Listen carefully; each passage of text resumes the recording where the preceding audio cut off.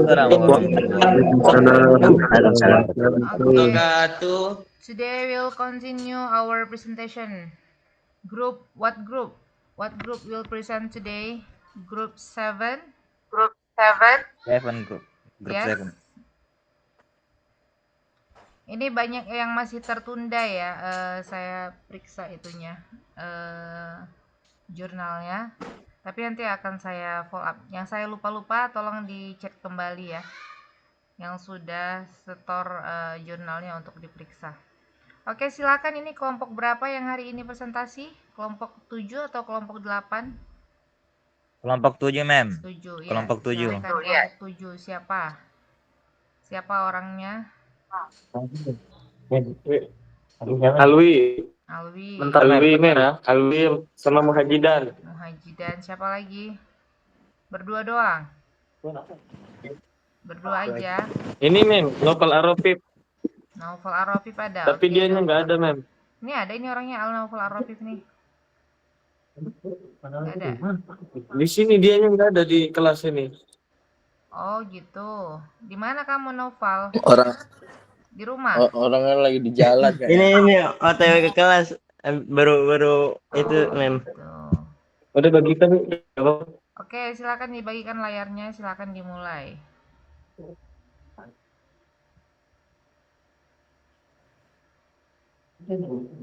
Lalu ini dari apa?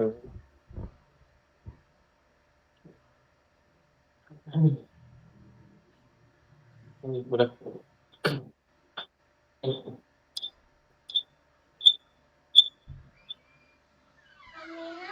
Baca. Penelitian ini. Assalamualaikum warahmatullahi wabarakatuh. Waalaikumsalam warahmatullahi wabarakatuh. Baik, di sini kami akan mempresentasikan jurnal yang berjudul Pengembangan Manajemen Dakwah melalui penguasaan bahasa Inggris dalam meningkatkan kerjasama internasional mahasiswa. Baik, di sini saya bersama teman saya Alwi Jaya Kusuma dan Nopal Arofif. Dia masih di jalan tapi akan menjelaskan presentasi ini. Yang pertama itu, peneliti ini mengkaji peran strategis penguasa bahasa Inggris dalam pengembangan manajemen dakwah bagi mahasiswa untuk menghadapi tantangan globalisasi. Manajemen dakwah tidak lagi cukup dikelola dengan metode konvensional, melainkan memerlukan adaptasi terhadap standar profesionalisme internasional melalui metode descriptive qualitative. Penelitian ini menemukan bahwa bahasa Inggris bertindak sebagai instrumen vital dalam akses literatur manajemen global, komunikasi antar budaya, dan pembangunan kemitraan dengan lembaga-lembaga internasional. Artikel ini menyimpulkan bahwa integrasi bahasa Inggris dalam kurikulum manajemen dakwah secara signifikan meningkatkan daya saing mahasiswa di kancah internasional.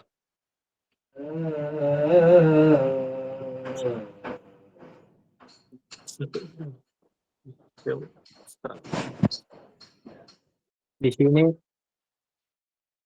udah Mam.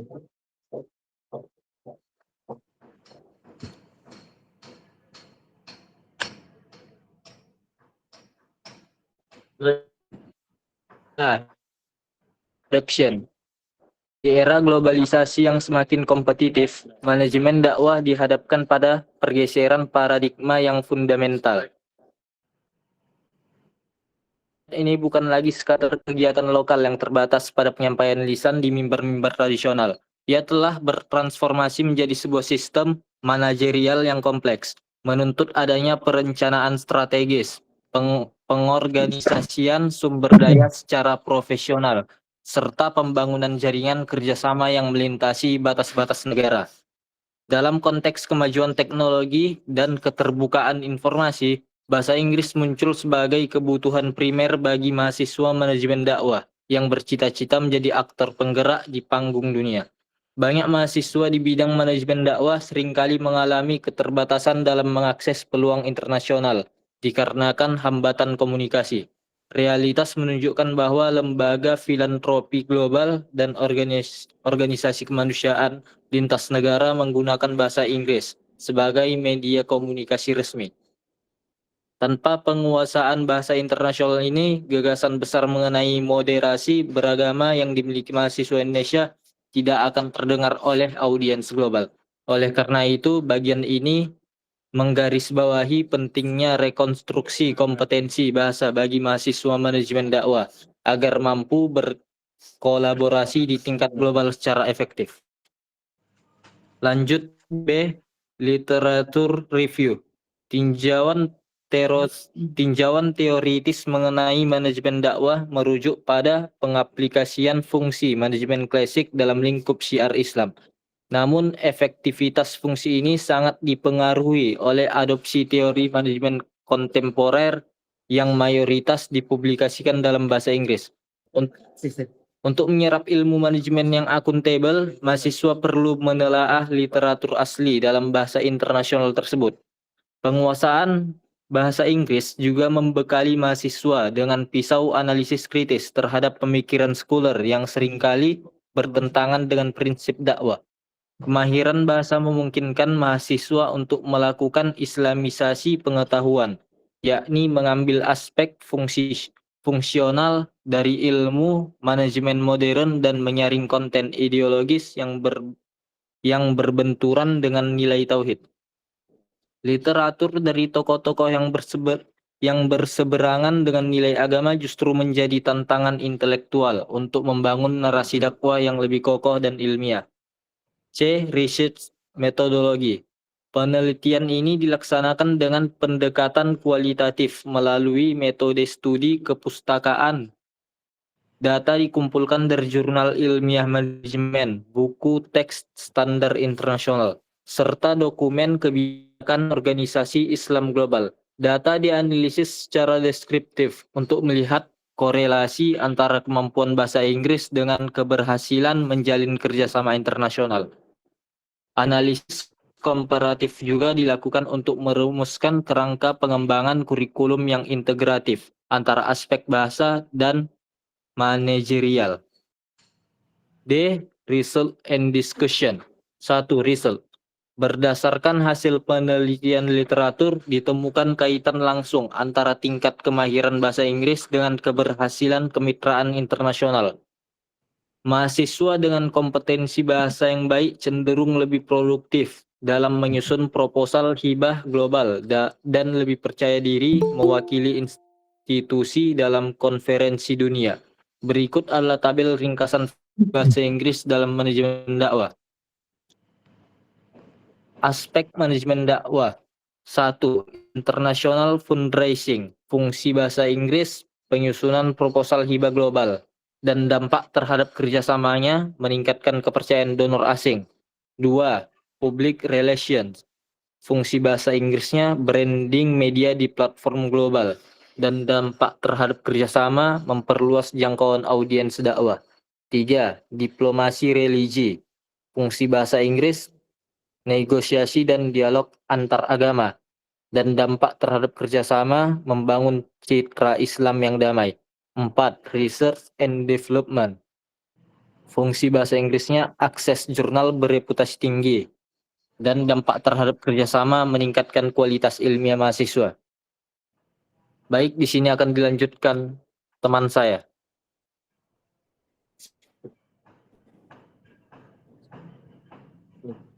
Oke, selanjutnya 2. Discussion. Teman ini menunjukkan bahwa bahasa Inggris bukan sekedar subjek tambahan, melainkan instrumen operasional. Dalam aspek fundraising, penguasaan terminologi keuangan internasional memungkinkan organisasi dakwah mengakses dana hibah global dengan standar pelaporan yang ketat. Dalam konteks PR dan diplomasi religi, bahasa Inggris bertindak sebagai lingua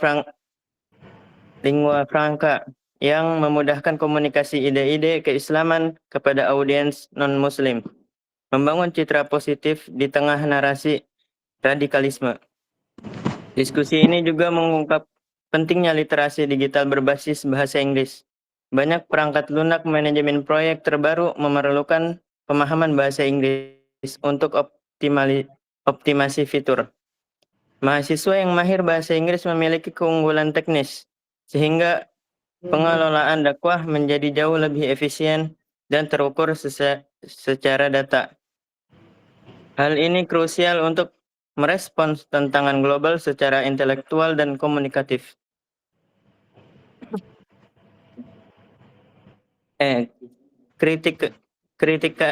Kritik analisis of non-dakwah naratif. Dalam proses internasionalisasi, mahasiswa manajemen dakwah akan secara rutin bersinggungan dengan literatur yang skeptis, sekuler, atau bahkan secara terang-terang memusuhi institusi keagamaan. Analisis kritis ini memandang bahwa penguasaan bahasa Inggris bukan sekadar hobi, melainkan kewajiban intelektual, fardu kifayah, untuk melakukan dekonstruksi terhadap narasi-narasi anti-agama yang mendominasi wacana global. Tanpa penguasaan bahasa aslinya, mahasiswa hanya akan menjadi konsumen informasi tangan kedua yang rentan terhadap distorsi interpretasi. Mahasiswa dilatih untuk memahami pola retorika dan metodologi berpikir bahwa para pemikir dengan kemampuan bahasa yang mumpuni, mereka dapat mengidentifikasi celah logika dalam argumen skeptis dan membangun konten yang berbasis pada data ilmiah dan nilai-nilai ketauhidan. Lebih jauh lagi, analisis ini membantu mahasiswa membedakan antara kemajuan teknis manajemen barat yang dapat diadopsi dengan bias ideologi yang harus ditolak. Kemampuan bahasa Inggris memungkinkan manajer dakwah untuk berbicara dalam bahasa intelektual dunia, sehingga pesan dakwah dapat diterima secara rasional oleh mereka yang selama ini terpapar narasi Islamofobia. Kajian kritis ini juga mencakup pemahaman terhadap dinamika post-truth di media internasional. Mahasiswa diharapkan mampu memverifikasi klaim-klaim negatif terhadap Islam dari sumber primernya dan memberikan klarifikasi melalui artikel opini, jurnal internasional, atau diskusi panel. Inilah esensi dari manajemen dakwah intelektual. Bahasa Inggris digunakan sebagai perisai dan pedang untuk menjaga marwah agama di tengah arus informasi yang tidak terbendung.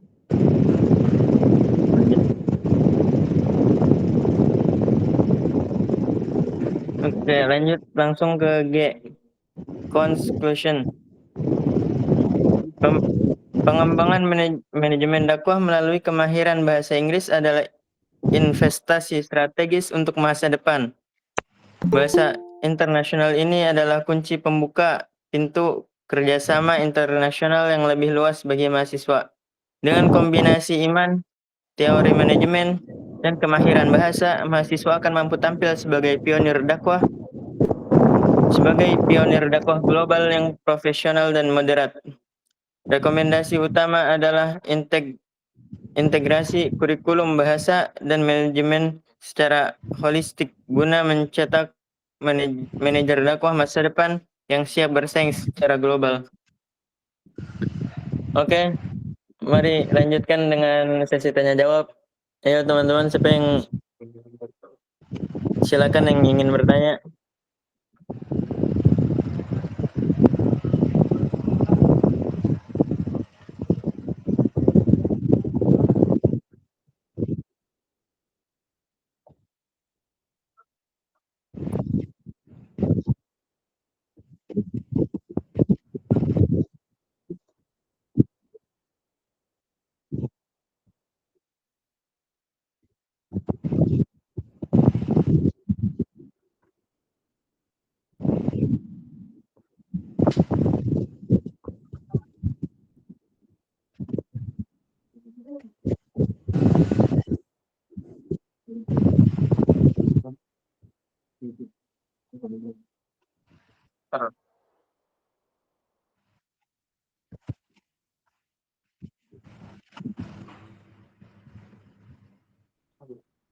Baik, mem, bentar.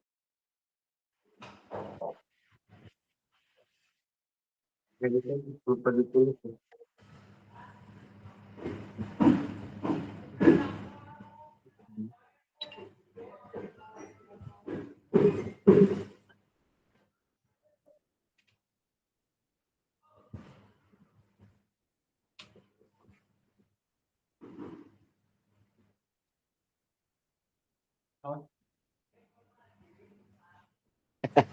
Ketahuan. Ini maaf, mem. Ini bantuan kerjasama, mem.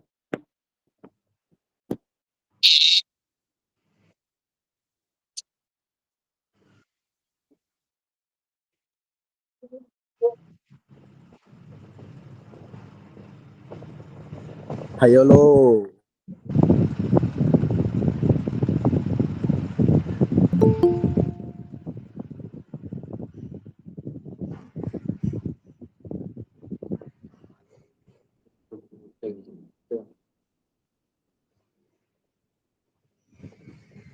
Lupa ditulis ya.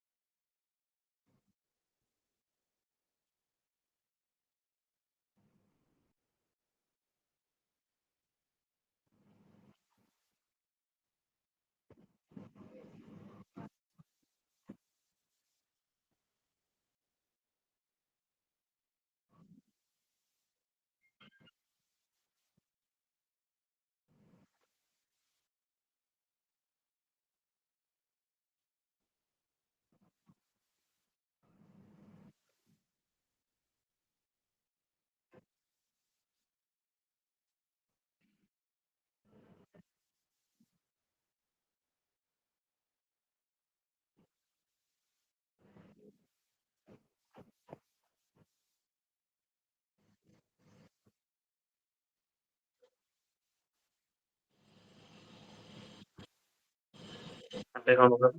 Iya, Mem. Jelas, Mem. Untuk kelompok 8 ya? Hah? Berapa nih?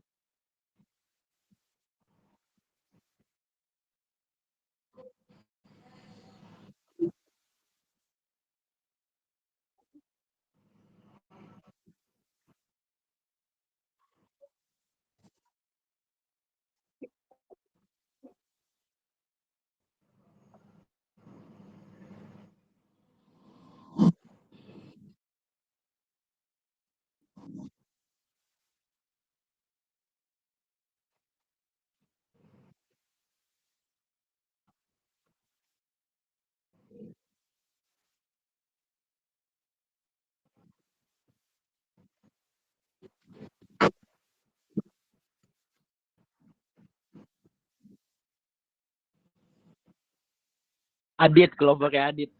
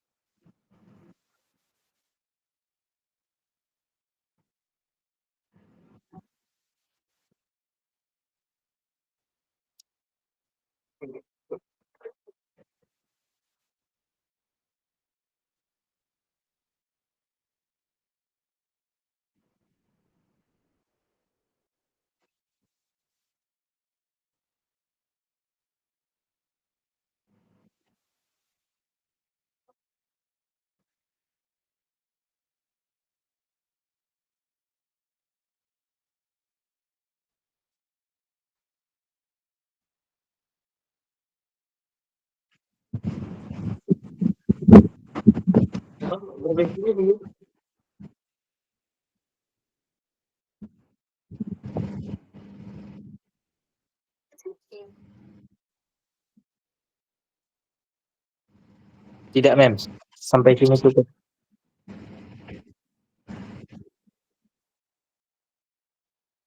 Cukup, Mem. Cukup, Mem.